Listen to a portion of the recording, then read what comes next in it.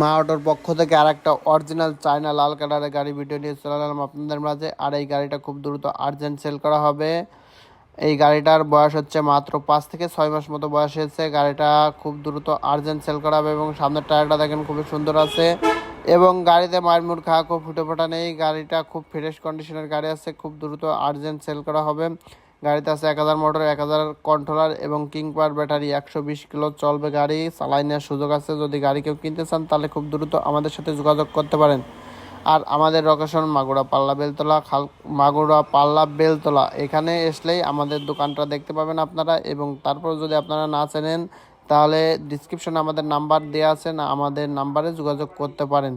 গাড়িটার ভিতর কন্ডিশনও দেখেন যে কতটা সুন্দর, কোনো জায়গায় মাইট মুড় খাওয়া খুব ফুটো ফাটা নেই এবং কোনো জায়গায় কালারও বেশি একটা উঠে নেই।